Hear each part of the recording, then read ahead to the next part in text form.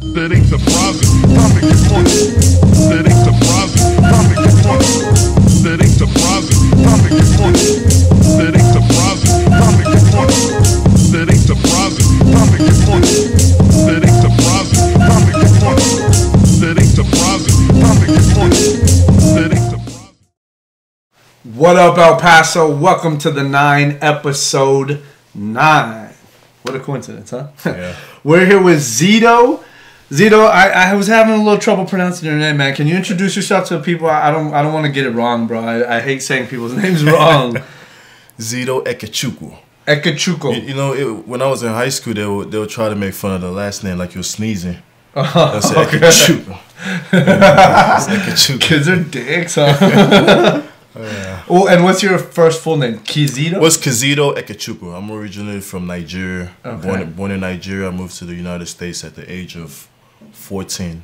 You at 14? How Yes. old are you now? I'm 29. Okay. 29 years old. Okay. Yeah.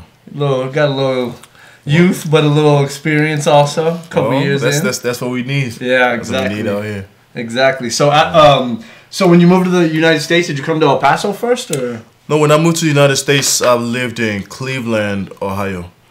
You know, it was a lot of times I commend my dad. You know, he did a great job. My dad has been in the United States since the 90s. Oh, okay. He came to get his graduate studies just like every other person leaves their country to come to get their studies. So my dad came to get his graduate studies. So he was a researcher at that time. So at that time, after he graduated, he was given a green card because he was acknowledged as an outstanding researcher at that time. Oh, wow. So they gave him his green card, and after his green card, he went and got his citizenship. You know, and then we tried to join him in the 90s. Yeah. But, you know, with the U.S. system, immigration law. it was hard. They say, well, we can only give 2 at a time. Oh, But my dad was so persistent, he said, no, he wanted all of us to come at the same time. It was 7 of us. oh, wow. So, well, in 2002, all 7 of us were given visas to come here to the United States. Really? In 2002? 2002. Wow. So your dad must have had some pull if right after September 11th they were willing to hand out visas, because that was when border security was like at an all-time high. He had good he met some good people down the line with Okay. So and they kind of Who had pulled and showed him the right direction, and he was able to make that happen, and it was great. You know, we finally were able to join them, and this is like the greatest country where you can be anything you want regardless of what your last name is or who you are.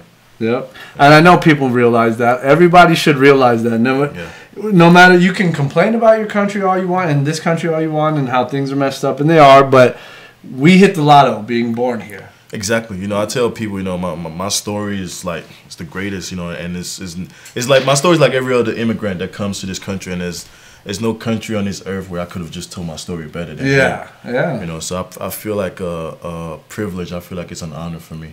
That's awesome, to man. be Well, here. see, and that's the thing is, like, you know, you hear stupid people like Trump and stuff, like, they're sending their worst people and murderers and rapists. It's like, nah, you know what? We had a brilliant researcher in your father come. He was able to pull strings to get all of his family come, and through it we have someone like you now who's trying to help build this city in the right direction. We have to realize that immigrants is what makes this country. America is made out of immigrants. About 90, most of the best, and that's statistics. Most of the best doctors, engineers, nurses, most of them immigrants. You know, contractors, they're immigrants. True. So this country is made out of immigrants. We can't say, well, let's just build a wall to just put them away.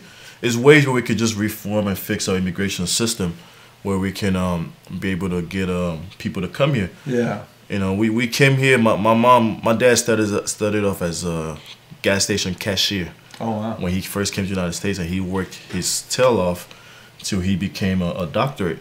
My mom was a CNA. You know, she worked her tail off and she's a doctor in nursing. Damn. And she's also a business owner as well. So immigrants are the ones that's helping this country and society grow. Yep. You know? And then we're sold fallacies on immigration and numbers and statistics. I was reading something earlier that most of the immigrants that come here aren't crossing over through any wall or any like through foot or anything. They're actually flying with their visas and then overstaying their welcome, and then just instead of just well, obviously they're here, so they end up staying and then try their best not to get caught. Yeah, well, you know, when stuff like that happen, I tell people we have to be amazed that people like this country. People love this place. That they just some people come, they just don't want to leave. They just don't want to go back because it's just that it's not because they're bored. It's just that they come here, they see the opportunity here, and they just love this country. They just want to stay. And it's not as bad as back home wherever they're from. Exactly. And it's not that the crime rates are not mostly done by immigrants. You know, if we check the stats, you know, most of the crimes are not. It's not really immigrants. It's just that immigrants contribute to the society. Yeah, and plus I think it's more I think a lot of crime rates have to do with more socioeconomical advantages or disadvantages more than whether a person's an immigrant or not. Now, having said that, most immigrants maybe are socioeconomically at a disadvantage, just like most blacks are, just like most Hispanics are. Yes. Even though we are the higher number of people in this country, we still suffer economically more than any other any other race in this country. And I think that's where that's what we have to see. It's like they're trying to pit us against each other when it's like we're all in the same boat here. We're all in the same boat. Struggling to buy Christmas gifts. We're all struggling to go out of town just to vacation. We're all working 40 hours or more a week. It's a struggle, and when you run out of jobs or something secure, most folks to feed their family, and don't get me wrong, there are some pieces of shit out there, but most folks, when you're left with nothing, you have to do what you have to do to survive. And that's one thing I've noticed about people that come from other countries. They appreciate the jobs that people that are from here take for granted.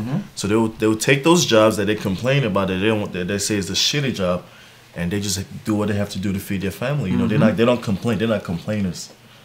So they're not complainers. So that's one thing I like about the people that come to this country and just contribute. And it's people that come that commute from Juarez and here and work here. So and those are people. It's great people that commute from.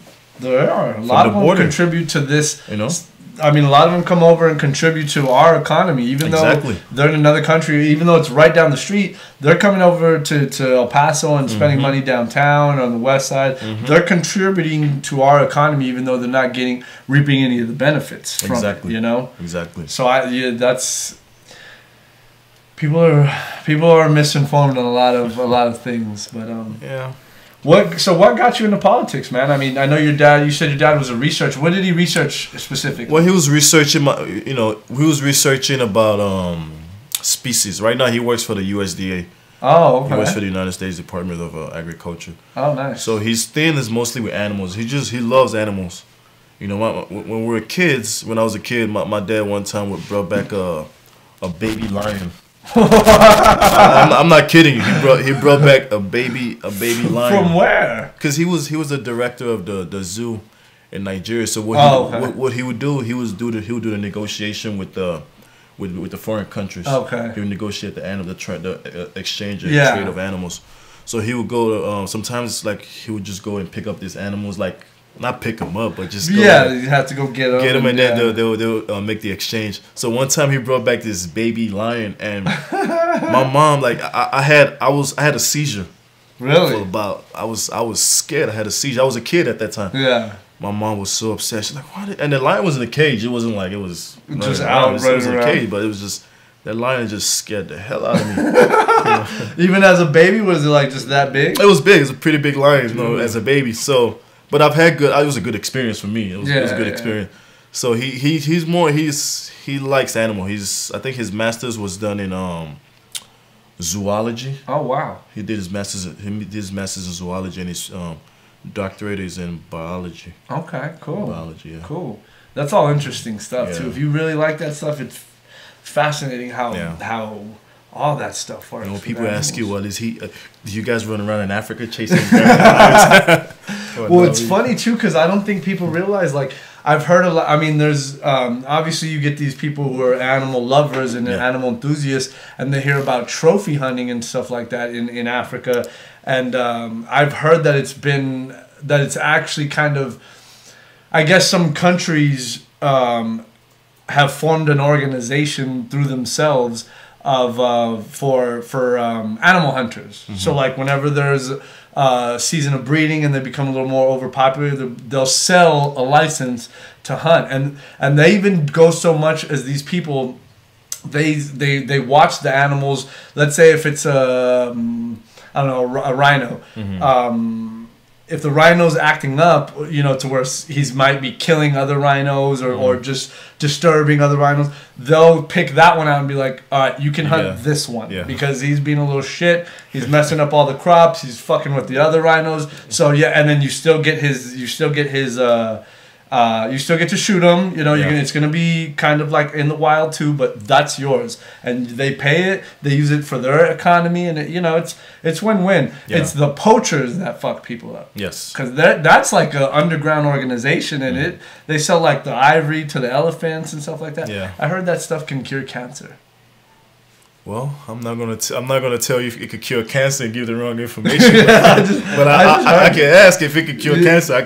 I heard that's why it sells for so much. Because I mean, it's not just that. A lot of things, is that we have to eat natural food. Yeah. In America, we're spoiled brats. Yes. But a lot of times it has to do with our working because.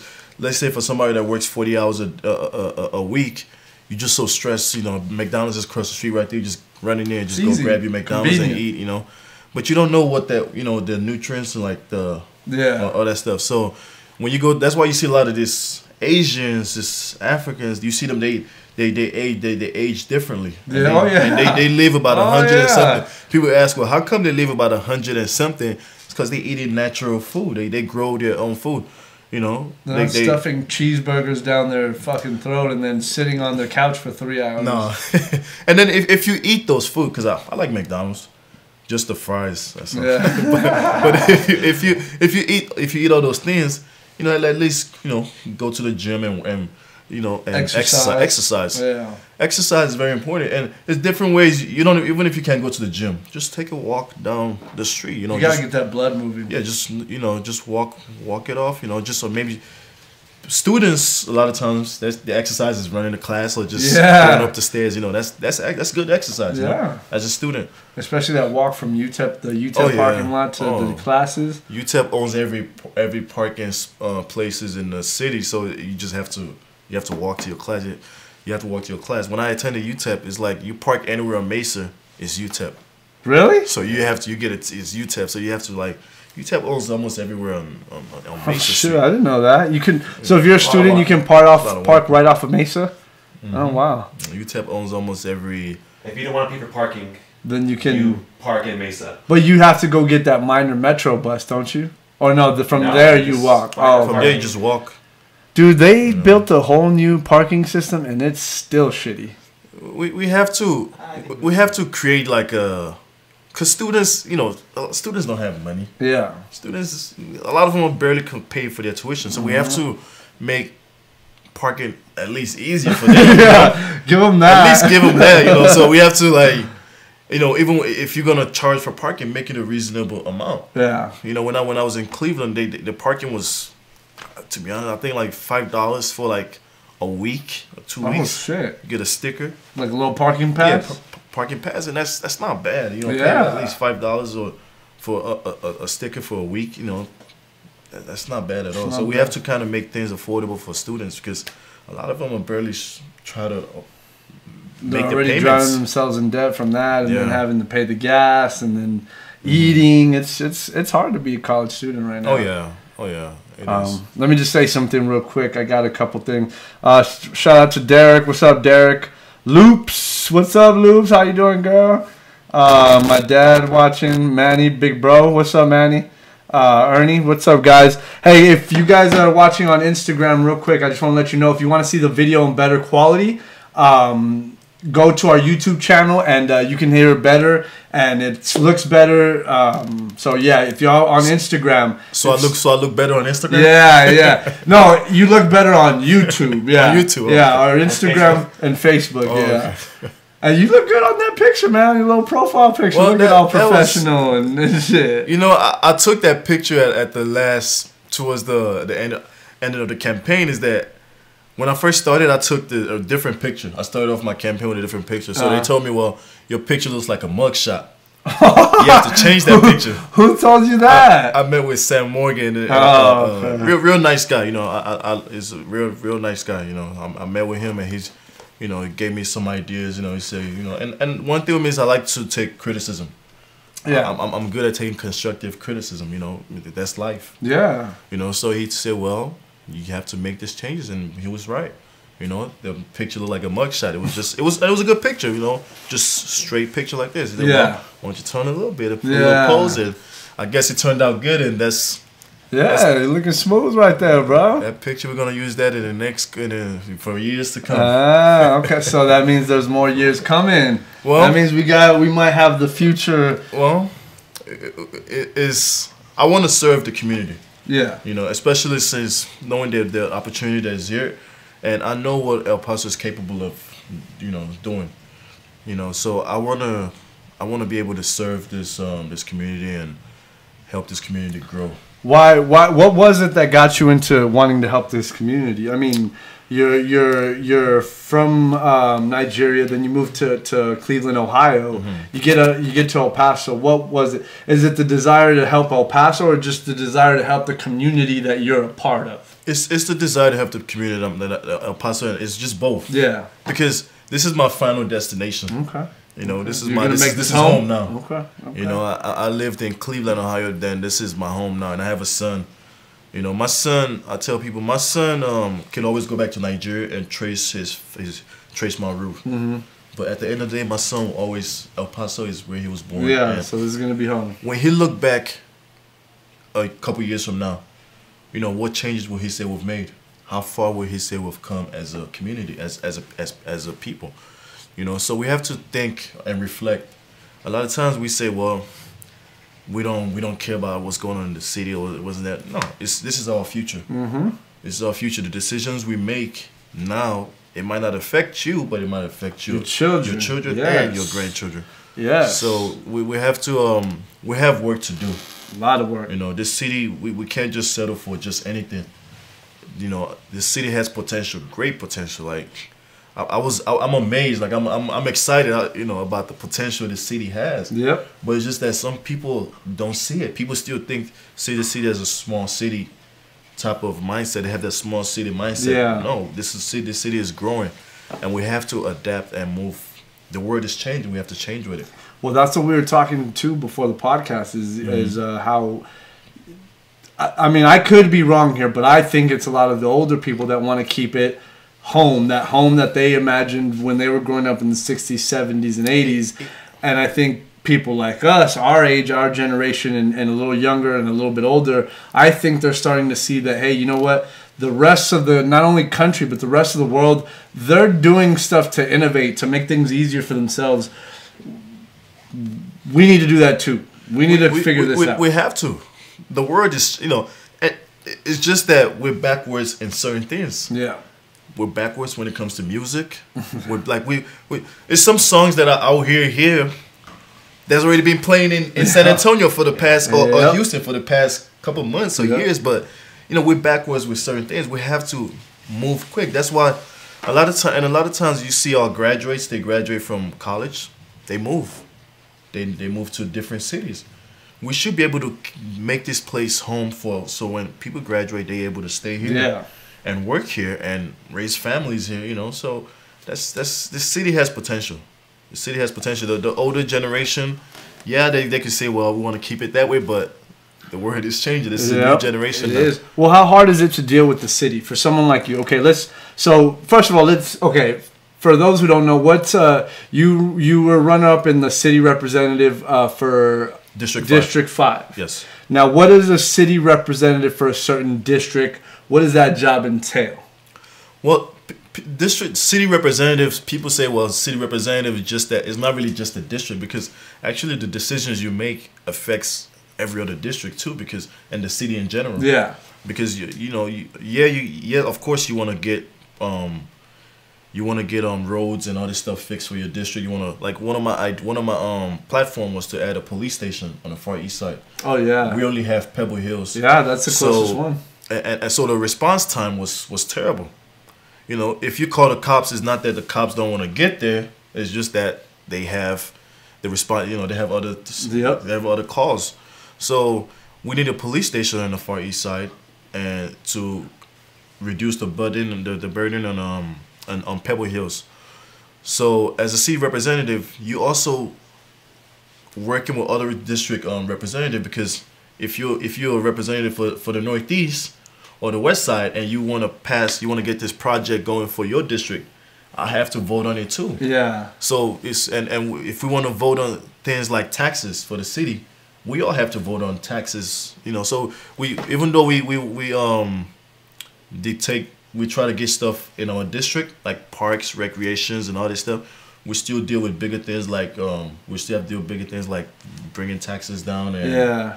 Now, do you guys have to, is it a consensus when you vote on things for your district, and even though the other districts have to go along? How many districts are in the city? It's about 8. 8? Okay. So when you guys put something to a vote, does it have to be a consensus, or is it just majority?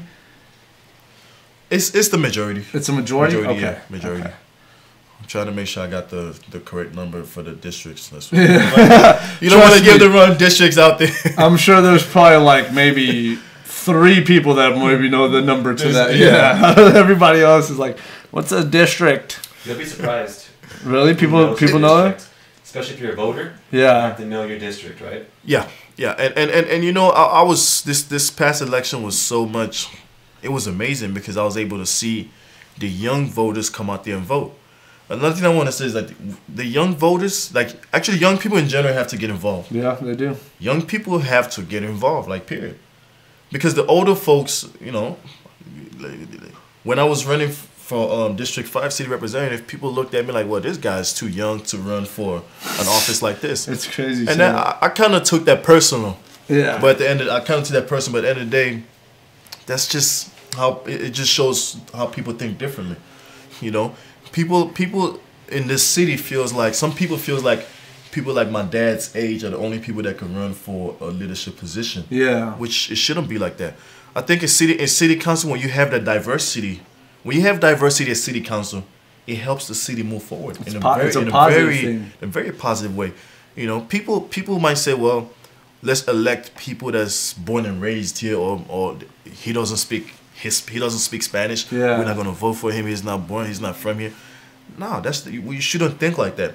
When you bring in that diversity and that experience from outside, from living in the big city, it will help the city a lot. It will help the city move forward. But when you say let's elect the same people because they're born and raised and all this stuff, the city's gonna keep moving in that little circle. Yep. We're not gonna go anywhere. We're gonna move in a circle. Well, and then it goes back to what we were talking about earlier too. Like you keep voting the same people in, the same interests are only. It's only gonna serve certain interests because those people, you know, they have to contribute to certain things, or were given contributions. Yes. So they have to kind of live up to certain promises that were made and stuff like that. When you vote for candidates, you should look at their finance reports. That's what I do. Are those public record? They're public records. You should look at anybody that's running for any type of office, their financial record. You could go right now and look at my finance report and go to city of El Paso. Now, what does that show exactly when you say your financial? It will show who all donated to you, how much you spent, what you spent the money on, and how much you raised. You know, because a lot of times corruption starts. That's how corruption starts. Yep. When you elect people that said, okay, well, these people donated money to them, then that's where you get conflict of interest. Because if you donate me $5,000 to my campaign and I win the election, you scratch my back, I scratch your back. Exactly. You know? Of course, when I win the election, you call me, I'm right there because you gave me money. You donated me. Hey, remember that $16,000 I gave you to go across the city and put your posters everywhere? Well, old boy needs a favor. Yeah. Exactly. You know, so it's conflict of interest. But that's why when you look at somebody's finance report, you look at who's actually raising money. Because most of my funds were actually my personal funds. My campaign was mostly my personal funds and family members. So when you look at candidates, not just for the city council, and other races too, you see who's funding them. Yeah. You know, during election, that's when you see the big guys come out and fund their candidates because then they want to get their favors and get their goal achieved. Well, I think I heard something that in Congress, there's two what are they called? Two lobbyists. Mm-hmm. For every congressman, but the lobbyist group of the big pharma, mm-hmm. there's two lobbyists for big pharma for every person in Congress. Exactly. So, whose interest do you think they're serving? You know, they're not gonna serve the people's. They're not gonna serve the people's interests. You know, and and then they ignore people. That's why a lot of constituents don't even know who their representative is. Yeah. You call in the representative, they don't answer. You know? So a lot of people it was so funny that I went and knocked on a lady's door while I was campaigning, and the lady was she was shocked. She was like, "You're running?" I'm like, "Yeah, I'm running." She's like, "Wow." She said she's lived in their house for 8 years. She has not had a representative come and knock on her door. And it was a second lady that said the same thing too. They said, "Well, we've never had a candidate." And they say because of that, you have my vote. That you came and knocked on my door. You know, I feel like we should be able to go door to door and talk to the people, let them meet the representatives and introduce themselves. Yeah, and dude, that stuff sticks with people. Mm-hmm. I mean, I think that stuff sticks with people more than like putting up a poster or. Now, obviously, don't get me wrong. I understand putting up posters and signs and stuff are way easier and they're more fiscally responsible, but you just going up to people's door like that and just be like, "Hey, you know what? I'm running for this. I'm here to protect y'all's interests." You know, that stuff sticks with people. They came to my house. Politics is especially this is my first time running, so I realized that politics is a very dirty game. Oh, yes, it is. It's a very dirty game, but in El Paso. Well, in general, even here, in general, politics is a dirty game. But here, I had to see for myself, what how the politics is ran, because people don't see what's going on behind the doors to you actually doing it. Can you give me any specifics? You have your opponent bashing you. You know, they'll talk on election day. It was an incident that happened with my the son of my mother. I mean, the son of my son's mother. So you don't want to say baby mama? is that too politically incorrect? No, it's not. That's too political. Yeah, no, I'm just messing with you. So, and at that time, you had people. My opponent just had this. They took their time and went out and made a paper, printed it out, and just handed it out to voters. Oh, this guy, they arrested him for this. He did this. He did that. They just whatever you did when you were a kid or whatever you did. They attack your personal life. They attack you and they attack your personal, because whatever you do with your family or whatever, it's family issue. Mm-hmm. The voters don't. I was shocked that some of the voters even fell for that. Voters should be concerned about who's actually going to do the job. Yeah. Who's actually going to that whatever happened with him and his family. Let him fix it. He's a man. Let him deal with his adversity. Yeah. But voters see it that this, because the opponents will bash you and make it seem like turn you into this bad guy, this monster, because that's politics. When all you really are is human. And they don't have any other platform to tell you. They're not going to tell you what they want to do for you. They're just going to tell you what this person has done in the past with his life and what he's So that's the thing. But at the end of the day, I think pretty soon voters are gonna open up. People their eyes are opening up. And I got about 2,000 something, almost 3,000 votes, and that's nice. that's like the biggest honor I've ever gotten in my life. That many people. I was honored that many people considered me to hold that type of office and to represent them. And I look back and I reflect on it, and I say that's like the biggest honor that I've gotten, in my entire life. That's awesome, man. Because we're not just talking about 100 people, 200 people, almost 3,000 people went in there and cast about, push that button. Took the time out of their day. And that's one of the biggest honor that I've, I wish I could see all of them and just, it means a lot to me, and I took it personal. That's good. That's good. That should be that that fire to fuel you for the next run. Yeah. I took it That's personal. awesome. Well, I don't know about the name. Okay, Let's take a break now. Yeah. You're still on your vacation time. It's all good. Let's go to some of the comments real quick. Diana Parra, what's up, girl? How you doing? She's up in Dallas watching us. My mama's watching. Hi, mama. Hey, mama. Let's see. Keeping our talented youth is one of our best resources in El Paso. They need to develop an app to... Oh, yeah. Let me ask you about that, because good question, Derek. Derek says that that they should develop an app to allow voting and make it easier for the young people to vote. Exactly. Or at the very least, man, give that election Tuesday off to everybody. I think if we give it off, it can have its advantages and disadvantages too. Yeah. You give it off. The disadvantages? I haven't thought of the disadvantage. In city races, this is the highest votes that we've gotten in city races. This past year? This past election was the highest. Oh, wow. In the election, the previous one before this one, it was about, I think the most that voted was 3,000 or 2,000 that voted. That was it? People don't care about city races, which is wrong. It is. So it's that most people came out, the turnout was big because everybody wanted to just come out and vote for Beto. Yeah. And then a lot of people undervoted.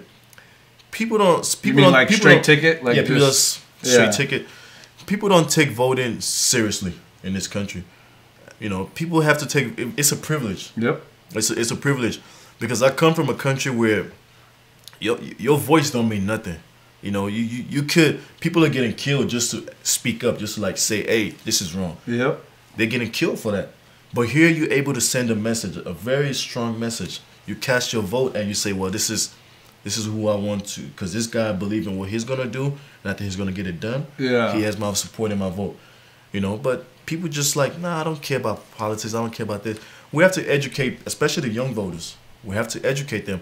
When I went to the high schools and I try to talk to as much students as I can to influence them to go out there and vote. I told them, listen, I don't care who you vote for. Just go out there and vote. It's a privilege. It's a right. Yeah, it is. You can vote for whoever you want to vote for, as long as you just go out there and exercise your right to vote. Yeah. What do but see, okay. So here's where I'm gonna play a little devil's advocate, because so everybody that obviously if you don't have any restrictions, you're allowed to vote, and it's your right. But I find it very counterintuitive because a lot of people they vote straight ticket. They have no idea what they're voting for. Starting this next election is not going to be any more straight ticket. You think it'll be be more? The governor he wrote a bill where they're going to change that. It's not going to be this next elections. You got to know who you're voting for. You got to do your research. So they're not going to put a D or an R or anything next. That's smart. It's no more straight. No, all that straight ticket is not in Texas anymore. Because that's good. Now you really have to do your homework and know who you're voting for. Yeah. And you're gonna have to scroll down, and look for their name, and then you vote for them. There's no more of that straight tickets See, and somebody should some kind of I guess. There should be some kind of group that gives a little profile of everybody's, a website, and it gives a profile breakdown, positive and negatives of all the candidates and everything. The media in this city could be biased. Could be.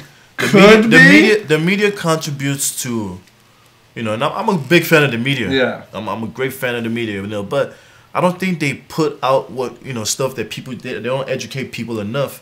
During the election, they just want to keep putting the same thing out over and over, because even when I had they put on negativity because the media is being funded by who's funding the media, so they're not gonna they know who they're supporting and who they're gonna make look good and who the ones that are gonna make look bad. Well, even going back to what we were talking about earlier, that's what I'm saying. I think a lot of the old people our age. Well, I mean, I don't know about you. I from what I think, I don't think a lot of people our age or even younger watch the news, especially local news. Mm-hmm. If they catch a glimpse of national news with their parent, whatever.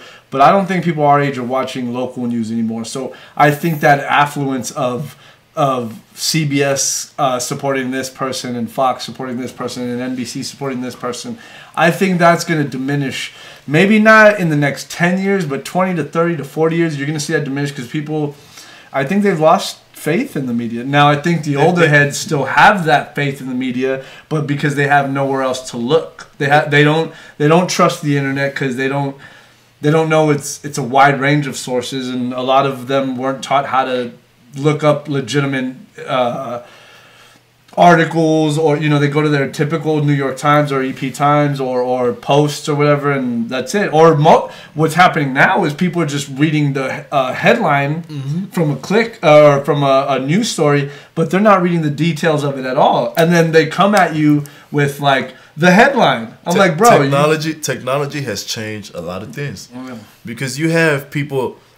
And I got it when I was out there campaigning. I had people that would tell me, "Well, I just Googled you." I'm like, "Well, people just go on Google nowadays and just Google instead of just actually doing your research and read that person's platform. If you Google, it's gonna say Kizito Ekechukwu, but it's not gonna tell you what his platforms are. That's where you do your research and all that stuff. You listen to the news. We had several debates on the news. K-Fox, right? K-Fox, and we had some on ABC on Channel 7. So. People don't watch. The younger generation, they don't watch those news. So we have to. Technology has changed that people just on election day. Oh, ma'am, I was talking to this lady. My name is Kizito. I'm running for District 5. Hopefully, you consider me when you go in there to vote. Well, that's fine. Okay, I'll Google you when I. Are you gonna Google me while you in line to go vote when you should have? So it's just. People just don't, and a lot of people are doing it. They just, I'll look you up real quick before I go in there. So I want to defend the people, cause I'm a big skeptic. I sit there and I do my homework. That's why I am the way I am and I think the way I think. Mm-hmm. But I also understand that people are busy. People have kids. Exactly. People go to work and then they can't look up news, or they can't do, and then they get home and they have to pick up their kids from school, or they got to go to the gym, or they make dinner, or whatever. Then you got to get your shit ready for the next. So we live in this cycle, which makes it hard to break and makes it even uncomfortable for us to break. So the last thing you want to do if you're pissed off and having a day that's just gone like shit is turn on the news and hear somebody blasting somebody else for them being, you shouldn't vote for this person because he's a piece of shit, here's why. You shouldn't vote for this person because he's a piece of shit, here's why. And it's just like, dude, with so much negativity, it just brings people down. It takes away their energy to even want to... Negative campaigning, negative advertising and all that stuff, that's not who I am. Some people told me, well, maybe... If you can't beat them, you join them. I was just about to say. If you can't beat them, you join them. So I say, well, that's just not how I am. If people vote this person in, I'm not. People ask me, are you sad that you didn't pull up? That you didn't pull through? I say, well, I'm not sad that I didn't. I'm actually glad. I'm excited. Yeah. Because I learned from it. It was a learning experience. I've never ran for a public office. This is my first time running. It was a good experience. So now you come out swinging next time. Yeah. You know what to do now. Yeah. My campaign, to be honest, was basically ran by me. And you were just I was the one doing every, I started off with a consultant, but then at the end of the day, I just campaign consultant. Yeah, I started off with a campaign consultant, but then at the end of the day, I just ran my whole campaign by me. I did my finance report by myself.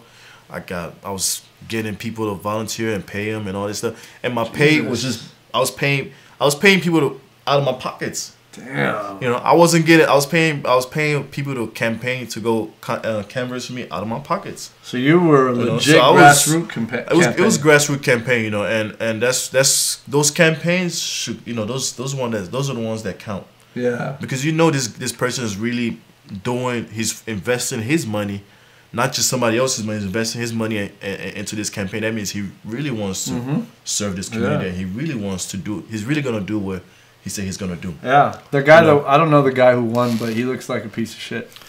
And I'm just going based on his looks. I have no idea who he is. Sorry, dude. I don't know who you are. I don't know what you promised or didn't promise or what you're doing or what you've done. I don't know who you are, but you look like a typical politician. We have we have people like when it comes to politics that say, well, I had a guy that was just on my Facebook was just going off. He said, well, we don't need public safety. We don't need this. You don't know what you're talking about, But it's just that he's an older guy. Yeah, he's an older guy, But it's just the fact that I'm young. He feels like I don't know what I'm talking about. Yeah, And that's sad that the older generation would feel like, oh, the young generation don't know nothing, And that's why the young generation we have to wake up. We have to wake up because the older generation is like, oh well, you guys don't care. Because when I first started, they said, well, good luck getting the young votes though. The older votes because. Yeah. And the younger votes, they don't vote, which is true. It is. Which is true. Younger people don't vote, So we have to change that, get the young people involved. And I told the guy, listen, you coming at me because I'm young. If your son was my age, wouldn't you want him to run to serve his community and run for office? You can't say, okay, I shouldn't. I'm a waste of time. I shouldn't run. I'm wasting my money. He literally said I was wasting my money. Like you're wasting your money, wasting your parents' money. You're running for, you don't know what you're talking about. You're not you don't stand a chance. And those are people that's just I call them ignorant. You're the cynic. Yeah. So you just overlook them, but when it comes to politics, you have to have some thick skin. Hell yeah. You can't take it personal. I've had people just talk smack and just. You turn around and you smile and you just because you at the end of the day you know who you are as a person. You have to would you? I don't mean to talk shit, but do you have to kind of be two-faced in a sense? You can be. You can be two-faced, even though a lot of politicians are known for being two-faced. Politicians that's one of their characteristics. Dude, it's kind of sociopathic. The fact that you're smiling, kissing babies, hugging women, everything. These thousands of fans are screaming. You're living like a rock star, kind of, and then behind the scenes, it's not like you're doing drugs or anything like a rock star, but you're plotting the deforestation of a place or planning eminent domain on some people that are going to kick them out of their house or so you're playing a numbers game behind the scenes, but in front of the scenes you're making it seem like, hey, I'm about you. Oh no. So during the election period I went to the bar. I was campaigning inside the bar. You had where was your campaign party at? It was at Cincinnati. Oh, okay. So that week I went to, the people were like, we have never seen a politician come to the bar to tell us to go vote for them. Yeah. I was like, well, it's the first time. I'm like, well, maybe I should tell Beto to come here and campaign too and get some votes in here. Do you ever meet him? I met Beto, but I met Beto. Real nice guy. Yeah. Real nice guy, and I wish he would have pulled through. Yeah, I think a lot of people, everybody in this city thinks, wishes that too. I think he's a real nice guy and very. I think Veronica Escobar would do a good job too. I think she'll do a good job as what in Congress. Oh, okay. I think she'll do a good job as well. So, and I wish her the best. So, part of basically what I was trying to say is that I try not to be this serious guy, I just this stuck up. This stuck up guy. So I just go to the bar and try to interact with people, especially the younger voters. Like, okay, well, hey, why haven't you registered? Most of the younger votes were not registered, but I told them, well, listen, you didn't register on time, but you should. I talked some sense into some of them. I'm like, listen, you need to go out there and register to vote. You might not register. It's too late to vote right now for this election, but the next election you need to vote because I tell you, it's personal. It's personal now because people where I'm from are dying to vote to be able to vote just to speak up. But you have an opportunity to vote and you just take it like it's nothing. Yeah, So I kind of felt I'm like we need to get that. And I came across a lot of good people too. A lady that approached me while I was campaigning. her son had he's a bad boy.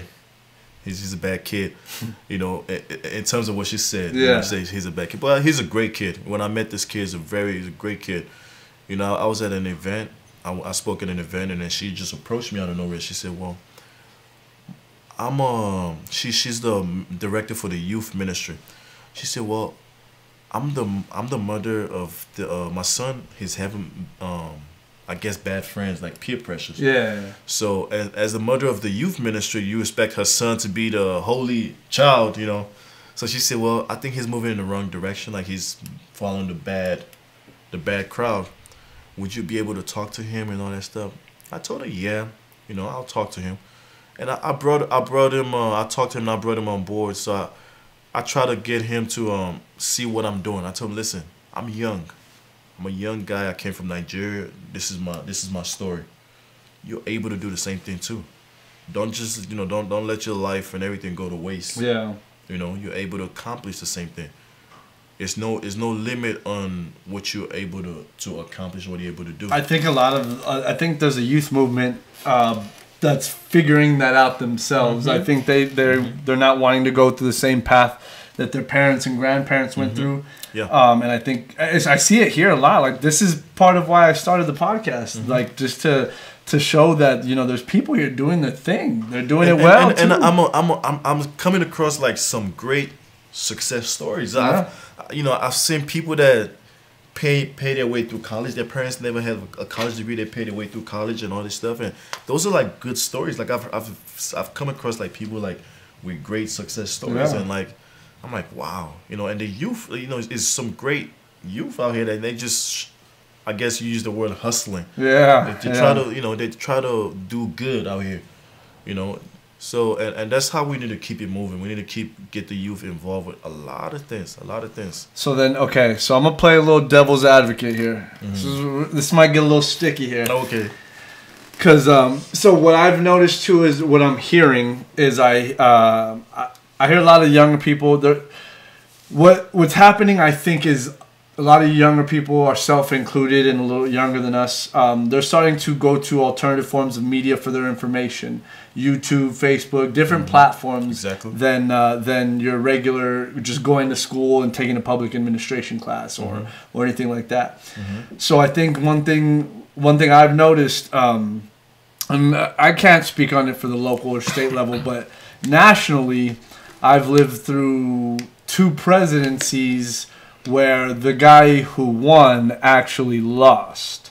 And I think some of the younger generation, they look into certain things about that, and they're starting to look into what the Electoral College actually is and how it operates and how it works.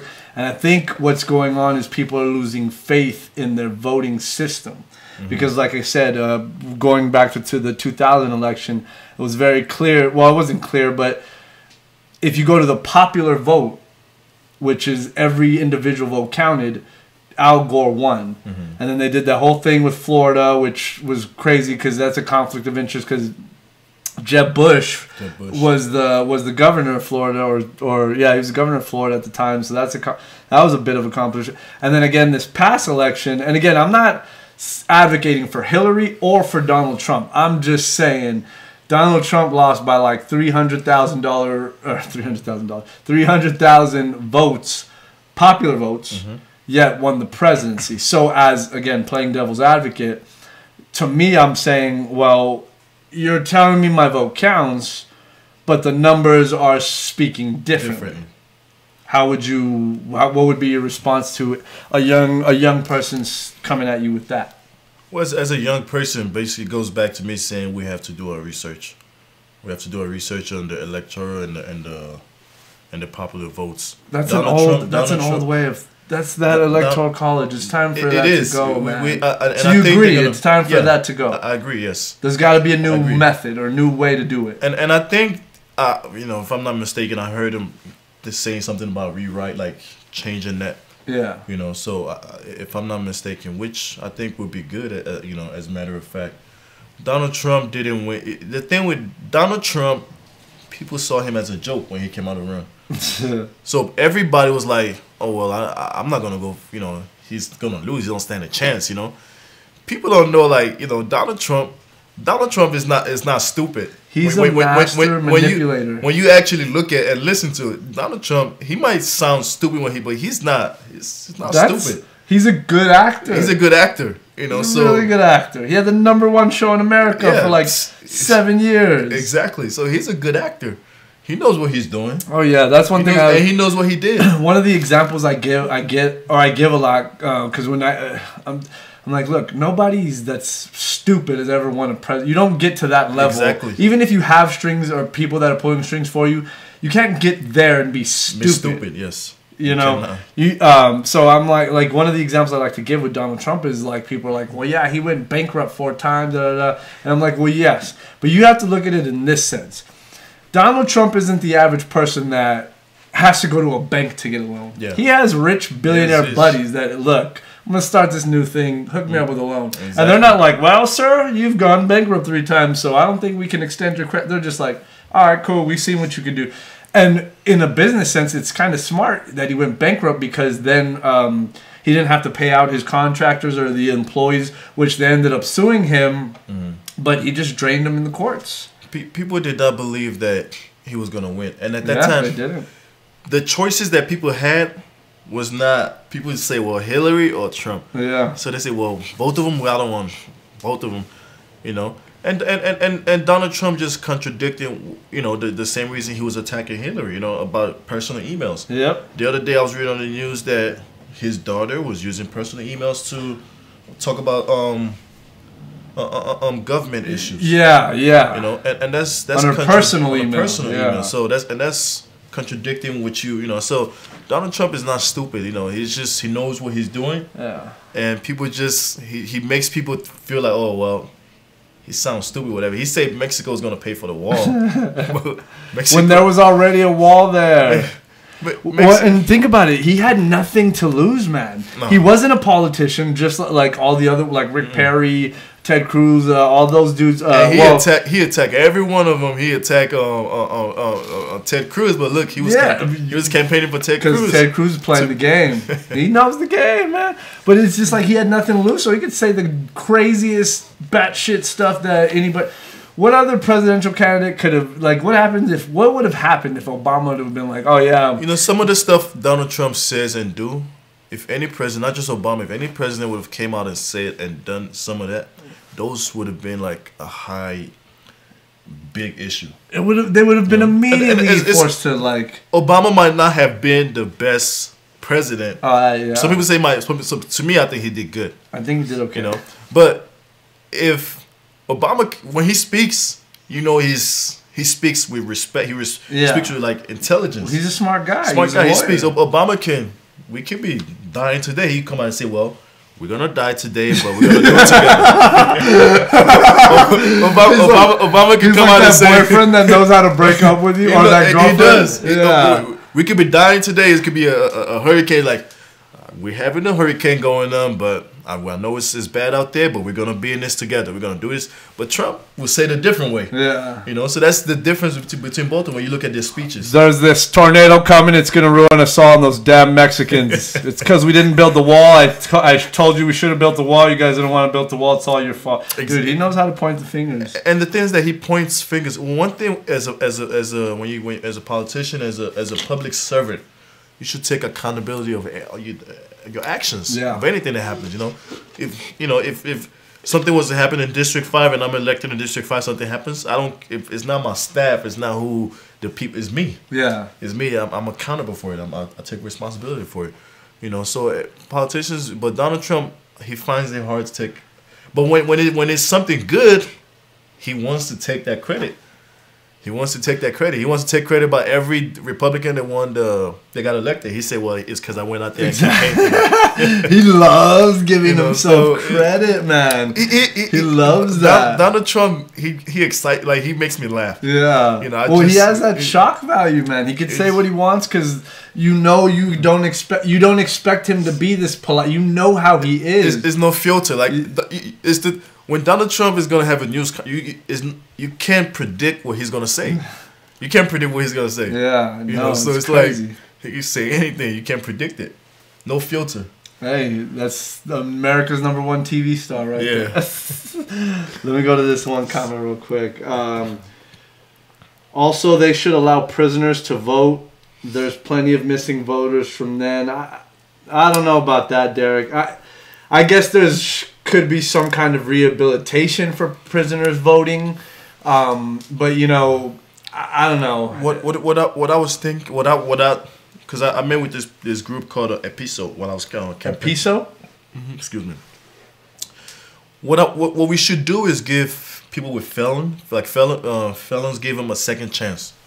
Give them a second chance so they be able to go out there and. But do you give them that second chance immediately, like once they've served their time? Not immediately. I think we should create a program where you see like these people they're trying, they want to get back in society, they want to they're contributing to society, they're working, they want because everybody deserves a second chance. I agree. Everybody deserves a second chance. Nobody's perfect. You might have had this person that did something bad when they were 17, whatever, or 16.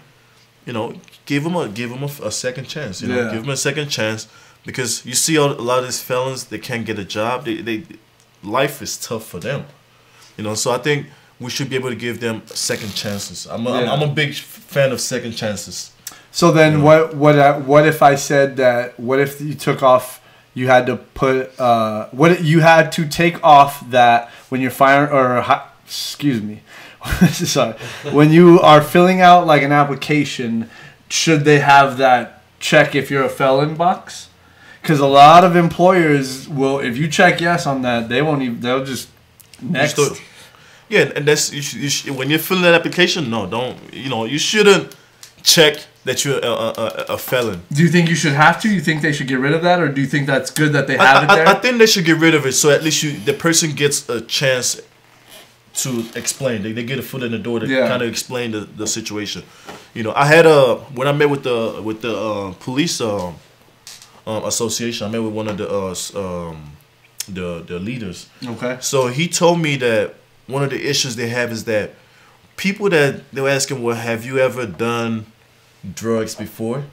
In the application, they would say yes, but they might have done drugs as a kid, way back. Yeah. And automatically that disqualifies them. Yep. So that's another example of that. So that automatically that disqualifies them. So I think we should be able to give them a opportunity to at least get their foot in the door and explain.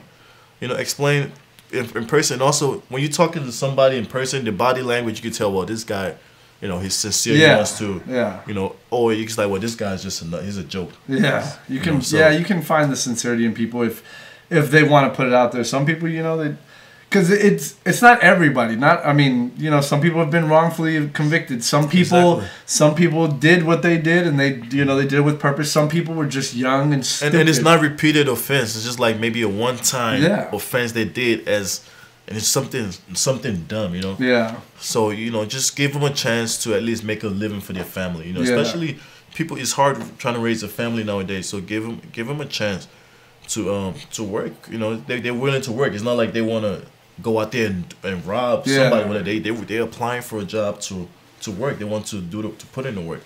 I think most people do want to work. They do want to sit there and they want to. I don't want to say contribute to society. I just think they just want to sit there. They want to work. They want to then go home, enjoy their little meals, and then sports, and then call it a day, and then do the next thing to live for the weekends where they can do stuff with their money or whatever. But yeah, some people fuck up. Sometimes life isn't perfect, and we get thrown in situations that nobody's perfect. Yeah. I tell everybody, I say, well, nobody on this earth is perfect. Yeah, nobody's perfect, and we're not defending any convicts or anything. That's not what we're saying. We're just saying that if you do your time and you take care of your measures, you do whatever they ask of you, then why don't you deserve it? We've all done stupid shit. Yeah. As kids, we've all done stupid shit, and it's made me a better person. The dumb stuff, I'm like, oh shit, I'm glad nothing ever happened to me there, because that could have taken me on a bad path in my life. But I use that to, like, if any of those scenarios come up now, I'm just like, nah, because I've been through that before, and last time it could have taken me to a whole nother direction. So I'm just going to avoid this in general. Yeah. Real quick, let's give a shout out to all the Instagram viewers. For you guys on Instagram, if you guys are watching, if you want better quality and better sound, because I know it's we're recording it with the phone, so it don't look too good, sound too good. But you go to our YouTube page, you can see everything. It sounds way better, looks even better. We actually look good on the YouTube video, not so much on the Instagram one. But link in description. Oh yeah, the link's in the description or it's in the bio. But you can go to the 9EP on YouTube. You had mentioned something about people bashing you. They just straight like talk shit or what? So like this guy, the guy that I was telling you looked like a typical politician. He was putting out stuff. No, about, like, the person that won was Isabel Salcedo. She was a bar. She won. Yeah, she was a bar owner of a bar flyer. She's a bar owner of Spirit 66 and you should have put out some shit about her, bro. No, I'm not. I ain't no gunfights at my bar. So I can say that. I'm not running for office. I can say that. No, she. You know, I knew her personally. Oh, okay. You know, I knew her personally. She's a great person. You know, during the campaign, it's unfortunate that we both went at it. Yeah. And we both, you know, we both got upset, and she just put out this stuff about me, and you know, it's just I think you could say it's Hillary and Trump, because Trump and Hillary were actually buddies. Yeah, I know. Close friends, you know. So I you know, but after the elections, I wish her the best. I think she'll do a great job for District 5. I think she'll you know, she'll do a real good job. The people made their choice. They chose her to rule District 5. Yeah. I have to respect that. Yeah. And I have to you know, it's just we learn from it and we move on. And I told her, you know, we talked, and I told her, you know, whatever I can do to make your job easier, you let me know. Yeah, that's how you got to stay connected in the game too, kind of. If you plan on furthering your career, you kind of still got to stay connected. Oh yeah, like you just said, Ted Cruz and Donald Trump are just bashing each other, and now this fool's kissing his ass and everything. So I had a lot of people I get a lot of people bashing me. I get a you know, it's just me and my fiance, me and my son's mother. We had an argument, you know. Mm-hmm. Just argument in the car. Yeah. As normal people have, you know. Yeah. Boyfriend and girlfriend, you have arguments. So couples have arguments. My parents have been married for 37 years old. Oh wow. You know, they've been married for 37, and they have arguments, but that doesn't mean that they don't love each other, or they doing something they should walk away. Yeah. It kind of strengthens the relationship, because it makes the relationship stronger. We had an argument. It was just me and her and my son in the car. So all of a sudden, everybody is FBI that knows what happened in the car. Oh, he hit her. Oh, he hit her. He's a woman beater. He hit her. He did this. He hit his son. I was there. He threw his son out of the car. You know what's so funny? While I was moving. You know what's so funny? I had a girl that just messaged me. Supposedly, she said her boyfriend was the police that was that came. Okay. So she said, "Well, my boyfriend told me." She's like, "Tell me the truth. What really happened? Did you hit her? I know you hit her. My boyfriend said that you hit her. He was a police there, so don't lie to me." I'm like, "What?" She had nothing better to do with her day than to try to prove that you beat this girl? She said, my boyfriend, he was there. He said he saw it. I'm like, your boyfriend was called to the scene like after the argument was already over, like, and nothing is no proof. She didn't have any swole or nothing. Yeah. No. As a matter of fact, it's so funny that when I looked at the pictures they took of her when they cut, she was actually smiling. And I'm like, I've never seen somebody say that, call the cops, that you did this and you're smiling in the picture. So I'm like, I asked her, I'm like, why were you smiling in that picture? She's like, well, because I have to look good. I'm like, yeah. I'm like, well, why would you be smiling in the picture? Like, you said, you supposed to say he hit you and you smiling in the picture. Like, it doesn't make any sense. She gotta look good. So it was fun. Like, it was funny at the end of the day, but people want to be FBI nowadays. Yeah. People especially on social media. On social media, people supposedly know everything. They supposedly know everything about you, so they will tell you, "Oh, I know you did this. I know this happened." And then, I'm like, the only thing you know is my finance report and my platforms. Because those are public records. Yeah, exactly. And everything else. So you don't know. My personal life is my personal life. Even though it's hard to have a personal life now. It's for me to have a personal life now is kind of difficult now because people, it has advantage and disadvantage. The advantage, which is good, is that people, people are gonna hold you to a different, on a different scale now. Yeah. You could run a red light. It's okay if I run a red light. Oh, look at him. He He's can't a even. public figure, He can't even obey the law. He can't even follow the rules, and he's already breaking the rules, and he's running. You know, so you get judged differently. But it makes you. It changes you as well. It makes you change. You may become this person that, you know. I'm not saying perfect, but it makes you change that you become this. See, but different yeah, person. and I get the whole professional aspect of it too. But I feel you gotta. I feel like people will gotta be resonate more yourself. if you. Yeah, You gotta be yourself. Like these. I think that's why a lot of people did like with Hillary. She wasn't supportive of gay marriage till like 2013 or 2011, 2013. Before she was all against it, but when it became convenient. Coming from Nigeria, gay marriage is not a big thing over there. Yeah. Actually, gay it's not a big thing over there. It's something like, I would say, like, it just started happening over there. Yeah. Recently, like, you see. Oh, recently? People are coming out now. Oh, I guess okay. because, you know, but wow. in over there, it's not something common. Yeah. That doesn't mean I don't support it. Yeah. You know, everybody. This is a country is free. You know, a man he likes the man. That's who. You know, I don't have nothing against gay marriage. I don't have nothing against it. You know, some people will tell you. Some people will bash you like, "Oh, you a Catholic and you support gay marriage?" Because I'm Catholic. Yeah. Yeah, Catholic support gay marriage, this and that. You know, so you have your reasons why. You're not gonna sit there and explain, write a story or a book why you chose this, why you make this decision, or why you do it. Yeah. Well, and that's the thing too. I don't think people realize it's like everybody. We think the way we think. We are the way we are because of the circumstances we've gone through in our life. Nobody's just the way they are now just because. Yeah. Your past experiences and the things you've gone through, good and bad, or make you who you are now.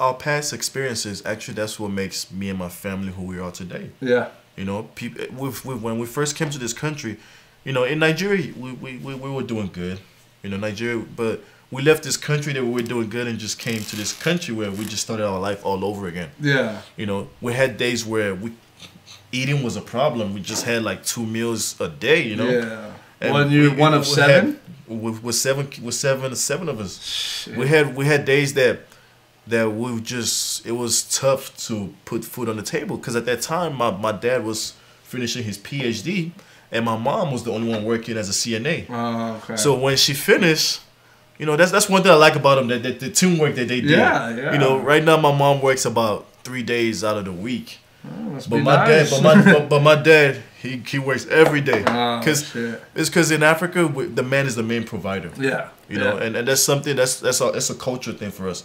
You know, the man is the main provider. We don't care. You have to put food on that table. You know, so that's why you see a lot of Nigerian doctors and all this stuff, and you see them with like 10 kids. You ask him, well, how you gonna raise all this? You know, and Nigerians are known for having a lot of kids. Yeah. We're known for having a lot of kids. Guess I gotta be an American doctor now. Yeah, damn it. We chose the big profession because we want to be able to provide. Yeah. You know, it's all about providing. You want to be able to provide and give your kids the best quality of life. You know, my parents tried. You know, my dad, they struggled. The struggle was hard. They had to put my sister through medical school. I have a sister that does plastic surgery in Houston. My brother just started pharmacy school. Yeah. So they had to put every one of us through school, and it was tough. It was tough. You know, I look back. Even though sometimes, you know, family, they could be aggravated. Sometimes my dad could be aggravated, and sometimes I think he does it on purpose. I'm serious. Like sometimes, this is a funny thing. We get an invitation in the mail, you know, for an event, and this is one of our family friends, a doctor. He's doing like a anniversary. The same invitation he got, my dad got that same invitation. But my dad just wants me to drive him to that same event. he said you need to drive me there. I'm like, Dad, the address is right there. You know, right? I have somewhere to be, and I was gonna go to the event after I go where I have to go. Oh, okay. But he wants me to just drop there what I have to do and drive him over there, and then go to where I have to go. I'm like, Did he give you that? Did he give you that dad speech where it's like, I studied for 13 straight hours to get your asses over here, and you don't want to drive me to this damn party? Sometimes, you know, he does, you know, the things that he does, and I can't get mad at him because he tried for us. Yeah, you know, he sacrificed a lot for me and my siblings that he could get, you know, and He knows he can get away with shit. yeah, he knows, he's earned it. You know, even my mom, she's earned it too. She's one of the hardest working women I have ever seen in my life. She's one, but like my mom was. This is let me tell you a little bit about my mom, because I've talked about my dad. My mom was as a CNA, right? So while she was going to school for CNA, she was also going. While she was working as CNA, she was going to school for nursing. So what I would do is, because I'm one of the cooks in the house, you know, I can cook, you know, so I like cooking. So I'll cook, and I'll just put it in a little. I'll package it up for her, and I'll pick her up from work. I'll iron her clothes for her. So when I pull up to her job, I have her uniform for her nursing school ready for her, and I have food for her. So she'll be eating, and then she'll change. So I'll drop her off at her nursing school, and then wait for her to finish, and I'll pick her back up. So it was a routine over and over for the past couple years. So that's why now, you know, that's why my mom, I can say, Mom, give me $2,000. She would hesitate because I put in the work. You know, me and my mom are we're close, you know, and she started off, she did a CNA, associate in nursing, BSN, MSN, and a doctorate, and it's just, I'm like, all while raising 7 how do you kids? do all while raising 7 kids? And the main thing, she went to school was a teacher. My mom was a teacher in Africa. She came to this country and changed her career. She just changed everything. She changed everything. And it's funny because when my sister first came, when we first came to the United States, my sister, my dad, everybody was asking my dad was asking everybody, what do you want to do? My sister said, well, I want to be a lawyer. My dad made this funny joke. He's like, you know, as an African, it's like, who do you want to prosecute? The president? Like as an, you know, you're not gonna make no career out of a lawyer, you know. So and he pushed to the go into nursing, and my sister, she works she does plastic surgery, and she you know, some days I ask her, do you wish you went and became a lawyer? She's like, well, she just laughs. You know? She's probably as much money, but it's less the stress. Yeah, and she's one of the best. You know, my sister, she's one of the best. She have a shop here? Or no, she's in Houston. Oh, okay. She's one of the best. You know, and it's just that everybody helps each other out. Yeah, we're all in this medical field, so everybody helps each other out. And you know, I studied respiratory therapy, and I'm yet to start my clinicals. Okay. Well. So everybody helps each other out, and we just help each other. That's what family is for. So that was your initial job? You were a nurse? No, I worked in my family's business as an auditor. Oh, okay. I audit basically the nurses' notes. I want to make sure the nurses are doing what the care plan. Yeah. Because the doctor gives them this care plan for the patients. Yeah. Sometimes you'll be amazed how, you know, you'll be like, well, this nurse went to school for 4 years, and look what they putting down their notes. You know, so sometimes it's very unprofessional. Like they don't know what they're doing. Unprofessional. They put their weight wrong, their height wrong, the temperature wrong. You know, so you'd be like, this person went to school. This is a nurse for 4 years. You know, so you have to audit all this stuff to make sure it's correct before you it's submitted, and they'll get paid for it. So that was my job, and I loved it, and I love it.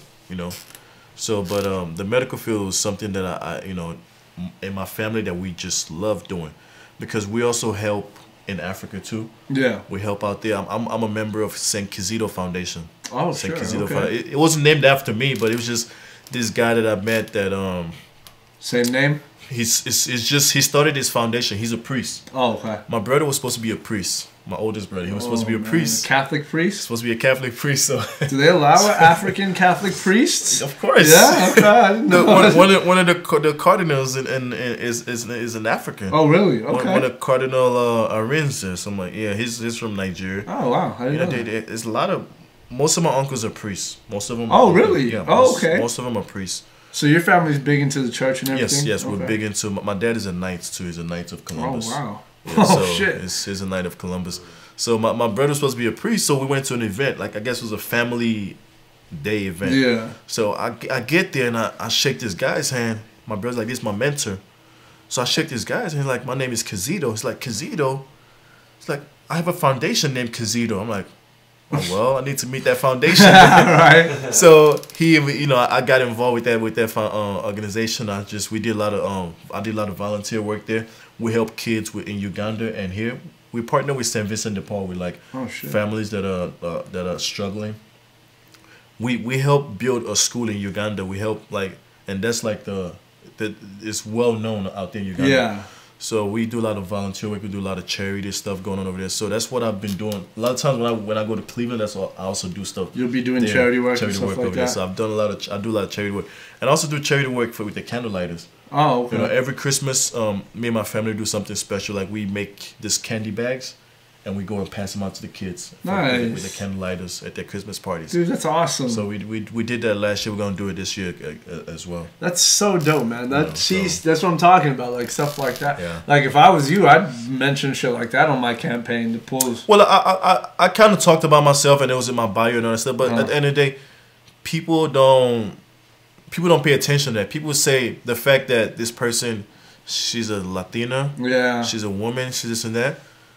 Well, that's all they need right there. Well, that's why I would be like, well, then I'm gonna have to pull at the heartstrings. Hey, did you guys know I'm part of this foundation? Did you guys know we help kids in Uganda all the time? Did you know that we did? I mean, it sucks, but I don't think the American people know what they want. So you have to sell it to them. That's why there's so much money in advertising, because we're just constantly selling. Another thing is that most of my campaign was my own personal funds. Yeah. So I didn't have a lot of this outside fund and say let's throw out this big advertisement, this campaign. So I tried my best to campaign as much as I could, and this was like money that I was just pulling out of my pockets and just paying people, buying yard signs, putting out posters, advertisement, all this stuff, and this is money that I could have used it when it bought me a nice little car. Exactly. You know, see, to me that tells me bought me a house. You know, but it's just money that is just something that I don't regret it. If I had to do it again, I'll do it again. And as scarce as money is for people nowadays, I feel like that's something, like I said, you should have tried to play straight, because you know people know about lobbyists now, and people know about. So I think that was what was cool about with Beto. He was doing a grassroots campaign too. Well, he says I don't really know, but you too pulling money out of your pocket and stuff like that. That's genuine. I mean, to me, I wouldn't put any. Well, we don't put any money into this. Well, we do, but because we love it. This is something we love to do. So, and this is great. This is actually, I think this. You guys, like, if I'm to fund this is something I'll fund, because it's sending a message out there, because it's helping people know what's going on in the city. Yeah. You know, this is stuff because you guys are bringing different platforms, different things out there, different discussions out there. That's what I wanted to do, man. Different format for people to know. A lot of people don't really know what's going on in the city, and what's, you know, they might tell you, well, at least people know what the city representative does today. Well, and you can follow people on Instagram and their Facebooks and stuff like that. But that's what I said. Like that's what I was telling you before. I like this because it's an open forum. Yes, we can touch on a number of topics, and there's no script. There's no format to go to. So you know, I can have anybody on and we can talk about anything. There's no commercial breaks. I don't have to sit here and be like, we'll be right back for a quick commercial break. You know, we got our sponsors to pay. We can just sit here and talk, and we can speak our minds freely and stuff like that. Exactly. And then that's what I like to do too, is we bring these people on that have doing cool things for themselves in El Paso. So where you can look at their stuff and be like, oh, that's cool that they're doing that. But it's but when I get them on here, I like them to explain even more, because it's those little things like funding your own campaign, like our guys Freddie and Thomas, who just had their run. They did all that by themselves, you know, and they went out and did campaigning for their funds and for people to help them promote. You know, that girl Christina, she had to go find her own manufacturer. You know, and that dude Anthony Austin, he's doing his own. It's I told you, that's what I'm telling you, man. There's a movement of people. And I when I went to the high school to speak to the students, I had students come up to me like, you know what? Some guy was just asking me questions like, I want to do this someday. I want to run for office. Where do I start? What do I do? What do you tell people that? I tell them, well, listen, you just have to just do your homework. You have to do your homework. You know, I'm not going to lie. I didn't do my homework. You know, I didn't do a lot of my homework. Yeah.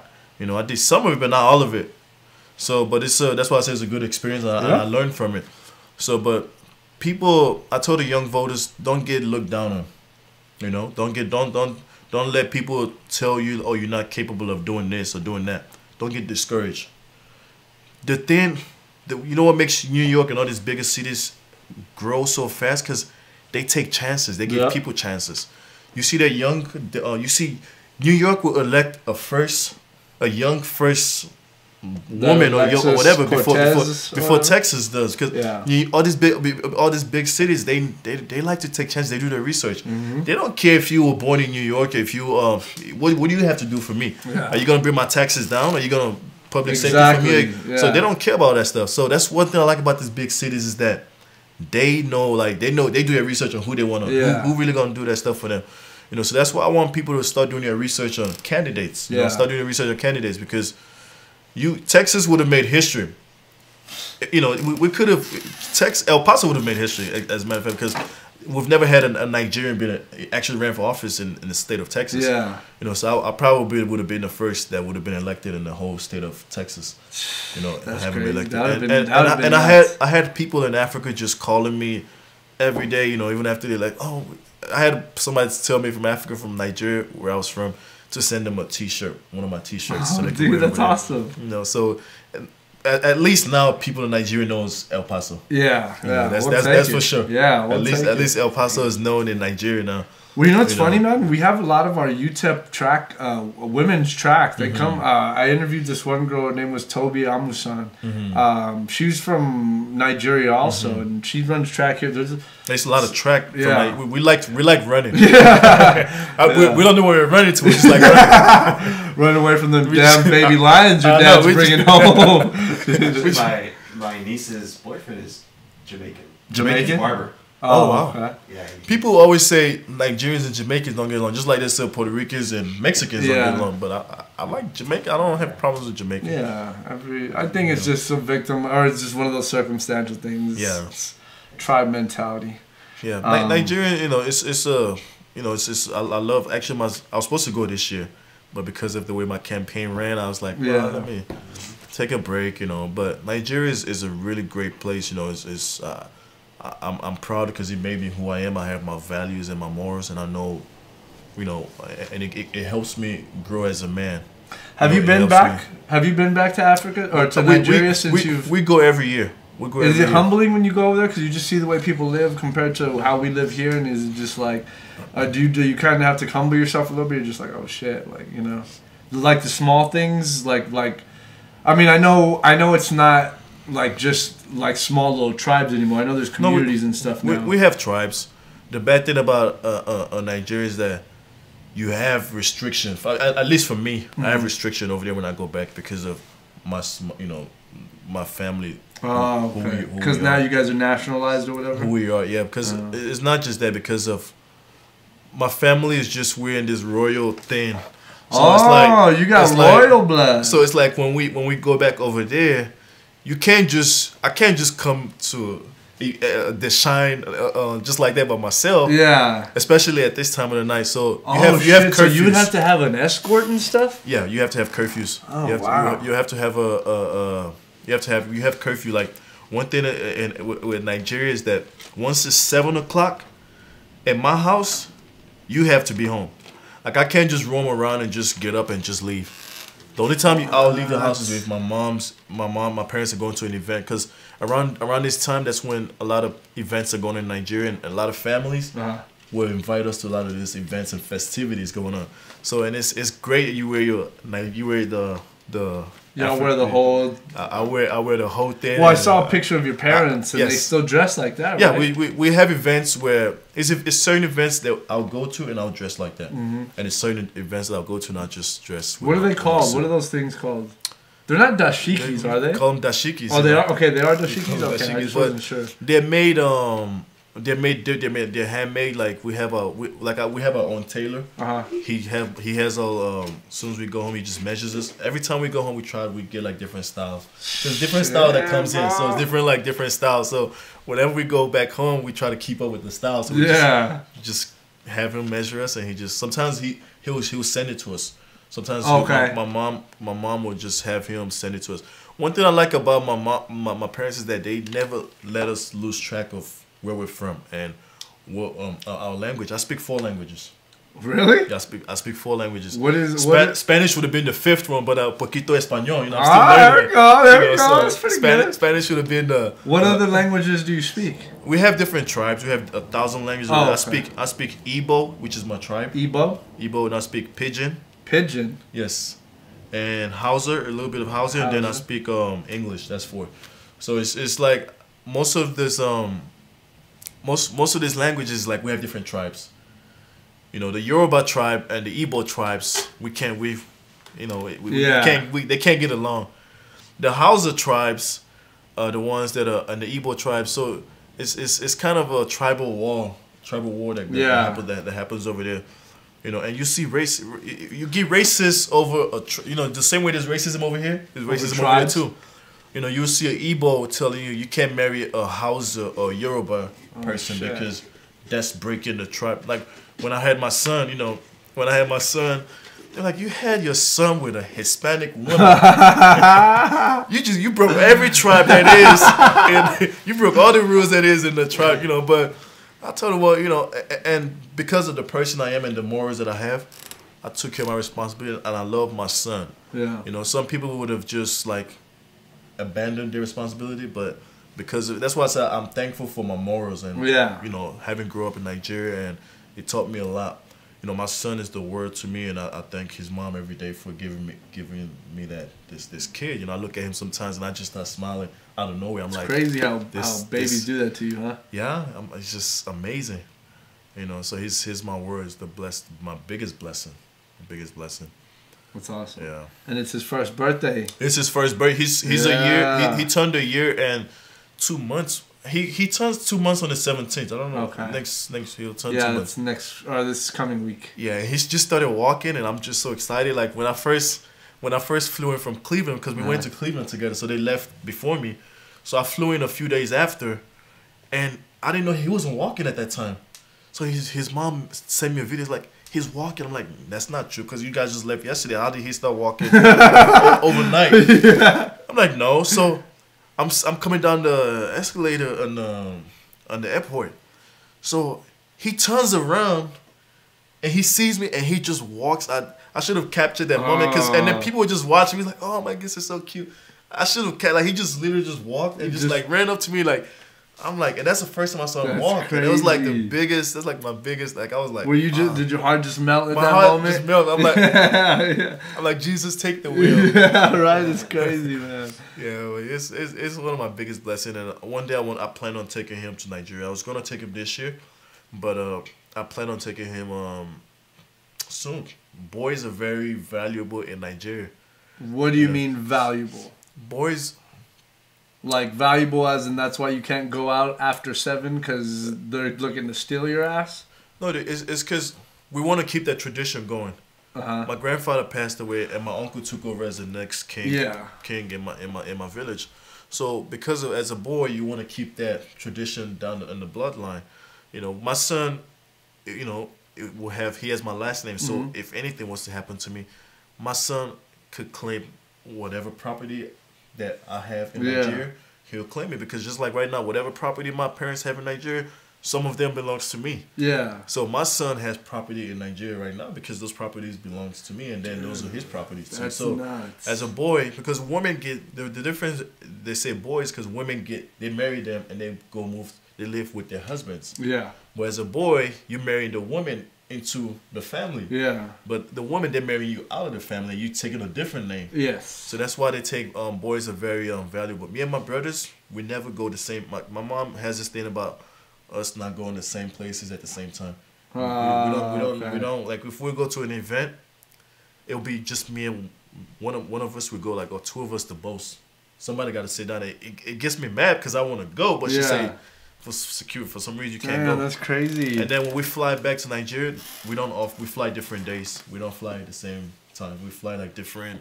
Like my brother might fly tomorrow, and I fly like 2 days after, and then it's like different days we fly. Damn, dude. You know. That's crazy. That's a high level paranoia. But it's not that Nigeria is fun. Yeah. It's fun. You know, it's great. I tell people you have to go to Nigeria. It's just you have to just take precautions for me. You know, like people just take precautions, you know.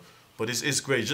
It's just like that everywhere else, you know. Oh, absolutely. Just like you going out here to the store, you never know somebody pull out like nowadays people pull out the guns in the movie theater or at the mall, you know. So you just have to take precautions. And people try to take. I don't think it happens anymore, but I mean, I know there was a time where people were taking kids of the wealthy. You know, it's the whole Charles Lindbergh. In Nigeria, they will do that. That's another reason why we take precautions too, because they'll only take you if they know you're gonna pay the ransom. Yeah. If you're not gonna, if you can't afford the ransom, they don't have. Because there's no value in you. Yeah.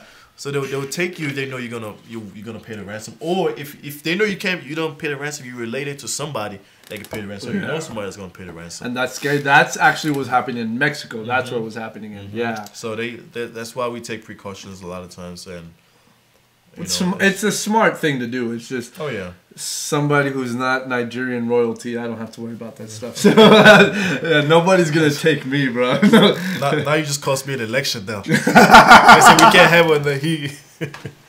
No, man, no, that's so cool. It's a good experience. I told when I met with Sam Morgan in Northeast, I told him, well, I'll take you to Nigeria. We'll go to Nigeria after the elections, and hopefully we'll one of these days in the future we'll go. You know, he's a real nice guy. You know, and he taught me a lot. You know, he taught me. Who is Sam Morgan exactly? Sam Morgan, he's the Northeast representative. Oh, okay. You know, he ran the first time. He didn't win. He ran the second time and he won. He won the second time. You know, I reached out to him and he's guided me the most of the way. You know, he just pointed me. You know, would you consider him your mentor? I could consider him a mentor. Because I feel like he knows the inside of the out. He knows all those things. Yeah. So.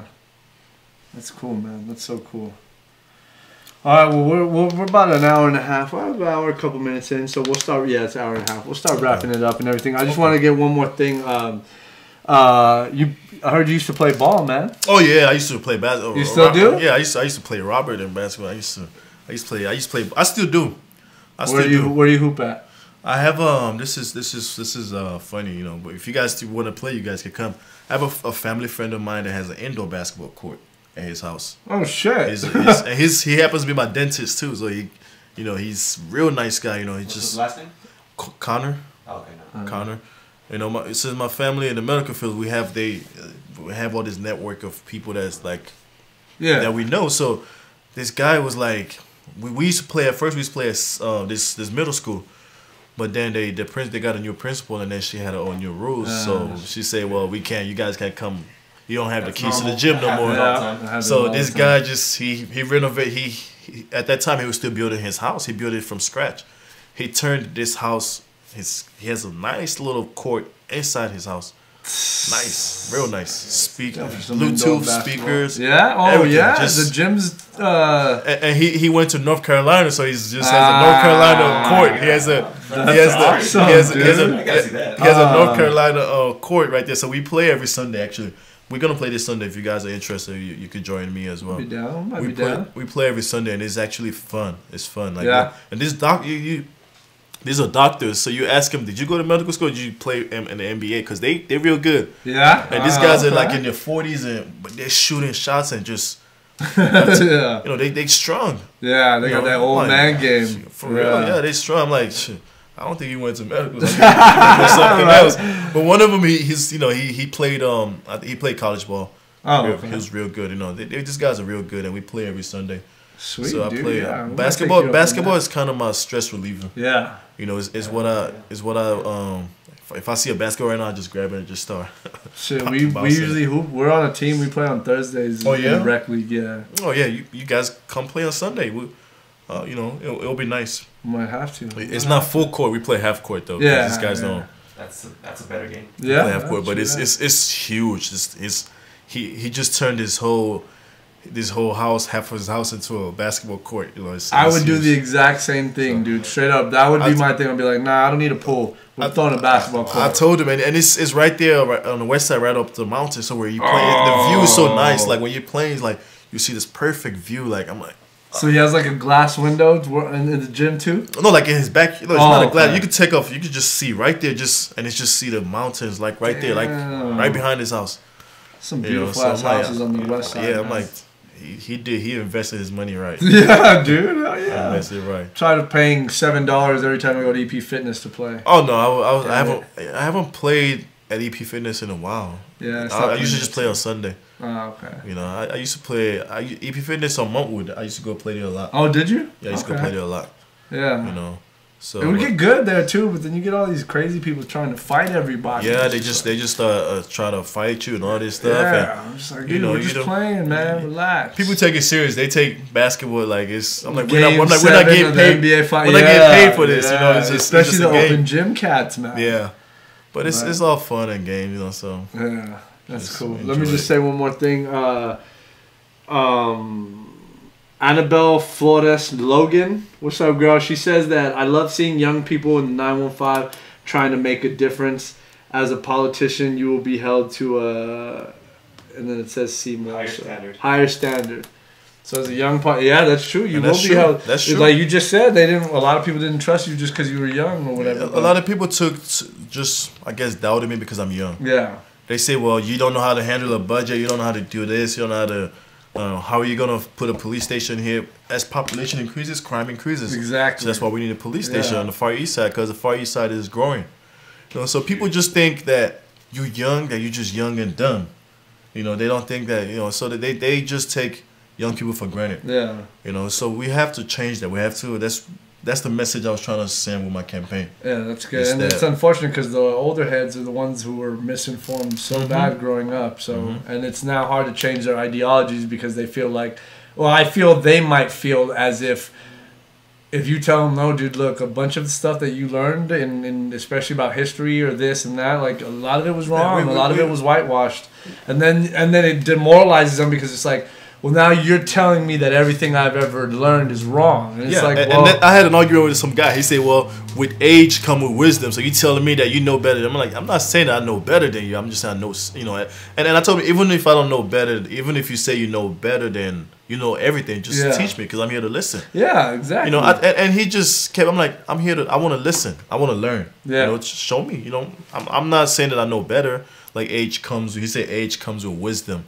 So that's why I don't think you're good at being as running. You know. That's the message of an ignorant man. Yeah, that's And all I've well. seen there's 13-year-old geniuses. out there. It's a 19-year-old city representative out there. It's a 20-something years old Exactly. state representative. Yeah. You know, why is El Paso not able to achieve all these things? Because people just think differently. Yeah, we're always You know, the people last think ones differently. to- They think they cut the city, like they think they have the small mindset.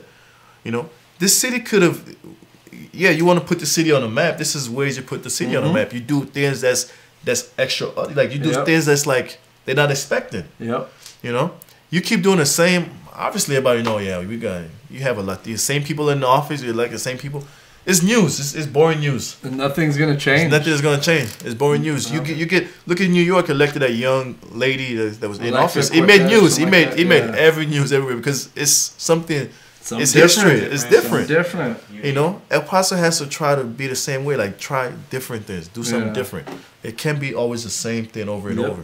You know, that's what's gonna push the city forward. And I'm willing to bring that. You know, I'm willing to bring all that stuff. I tell people, well, you bash me or we might not agree, and I might not have gotten your support, but I need your help. Yeah. And yeah. I need your help. And I can and your make things support. happen. I can change. But if you put me in office, I'm gonna need your support. Yeah, I need your help. I Yeah. need your support. I even put my phone number in my flyers in my campaign Oh, wow. on lyrics. I'm like, this is my number. This is who you're gonna contact. This is how you reach. And I still have that number till today. Yeah. You know, like You should know? probably change it to a 915 area code. No, I have like, the 915. Cleveland, Yeah. Ohio. No, I have the two. It's the 275. Oh, 'Cause okay. I went and got my campaign phone. Oh, The okay, 27 okay. is to Yeah. and that's the phone that I have because I have two of them.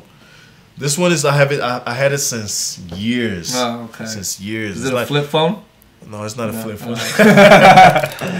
It's like you having that email you've had for as you've had that Yeah. email for years, you know, and for you to change that email is hard for you because you get all these important emails coming in. But when I started running, I had to learn the hard way to just go get you a email. You don't want to use an email that says Kizzy boy, Kizzy daddy.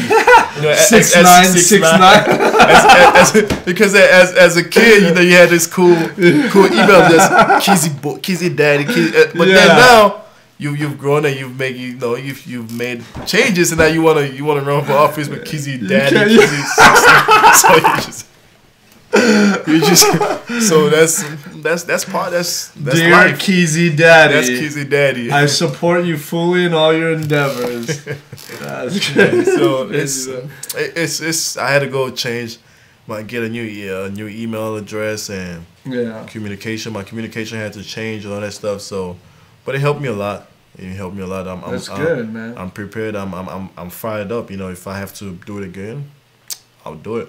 Well, we hope you do, man. Just from talking to you today, you seemed very genuine in everything you said, man, and I believe everything you said. I feel like I can read people pretty good, and I feel your genuineness and just the things you were telling me that I didn't even know about. It just kind of speaks more to who you are as an individual, you know. So, I mean, if you do end up running again in another 2 years, is that when the next? Or is there another one coming up? Well, I don't know. Okay. I don't know. Well, I'll keep my options. I'll keep my options. If you do, you got a platform here on the 9 where you can speak on it, and we'll talk about all the stuff that you went into. I wish we could have talked a little more about the taxes stuff, because I know that was a part of your yes, taxes. Yeah, and I think that's a huge thing. But I could sit here all day and talk about taxes, man. And how messed up they are, or how messed up that whole system is anyway. It is. It is. Yeah, but we gotta go, man. I just want to give a shout out to everybody who's watching now. Frank, Aaliyah, Max, all y'all, what's up? Thank you guys for watching. Again, everybody on Instagram. Do you have anything to say to anybody? Well, I want to thank. Give a shout out. Go for it. I just want to thank you guys for having me here. This is great. I love this. Like I said, we have to keep this going. And if I have to, however I can help, I'm all in for it. I like things like this that's gonna keep the city people informed. And the people that's watching too, this is, thank you guys too, because this is also good. That means you guys want to learn. You guys want to keep being informed of what's going on. And this is, it's great that you guys are following and you guys are keeping up with what's going on. And trust me, they're gonna bring you guys everything that's going on in the city. We got y'all, El Paso. We got y'all. So this is gonna replace the news. Oh yeah, and this is better. Because this is not a biased thing. It's an open floor. Everybody's just. They're speaking the truth, no agenda, and I want to thank my, first let me say this in public. I want to thank the best, I've thanked them a lot, my campaign team that ran this campaign for me. I have one of the best campaign team, Daisy Castillo, and I have Natalie De La Rosa, my son's mother, and and I have my family, my parents, my siblings. I have the list goes on. I have countless people. It's countless people that I have to thank. My donors. It's just, I want to thank each and every one of them. I haven't really spoken up since after the election. Yeah. So this is actually me speaking up after that. So this is a good way for me to thank each and every one, and of course the voters, people, the almost 3,000 voters that voted for me. You guys are the best. You guys are the best. And it's an honor and a privilege for me to be able to get your support and your vote. And I'm sorry that I fell short, but I'm glad that you guys kept me in mind and trusted in me. Yeah. Thank you. And if you come back, you're coming back on fire. We're coming back strong, yes, swinging. Sir. Yes, swinging with the arm and the legs. Yeah, we're going to do it right. That's what's up, man. Yeah. Zito, again, man, thank you. And again, if anytime you want to come on, man, you're always welcome. We could talk about whatever. I love talking politics. A lot of my friends hate me because it's weird you like talking politics. Nobody likes talking politics. I don't even like talking politics. Some people do. I love it. Most people don't. But yeah. Well, that's good. It's hard to find people that like talking politics. My thing is that my interest is that, okay, if I'm gonna get screwed over, I want to know who's screwing me. Yeah, why they're screwing me. Exactly. The devil you know is better than the angel that you don't. Yeah. And I firmly believe that. I firmly believe that. So that's why I enjoy it. But yeah, man. And anytime. If you need anything from us, any help with the campaign in the future, if there is one, we got your back, man. We're trying to help people. I mean, like I said, you said you weren't from here, you weren't born here, but you've become a man of this city. But this is my city now. I'm here to stay. Yeah, and hopefully, I'm here to stay. We got you, man. Yeah. Z. Appreciate you guys. I appreciate y'all. Appreciate you guys. And everybody that's watching again, man, thank you guys for watching. Thank you guys. Go to our YouTube channel at the 9EP. Follow and subscribe. Hit us up on Facebook, Instagram with any of your questions or anybody that you have recommended that would love to come on the show.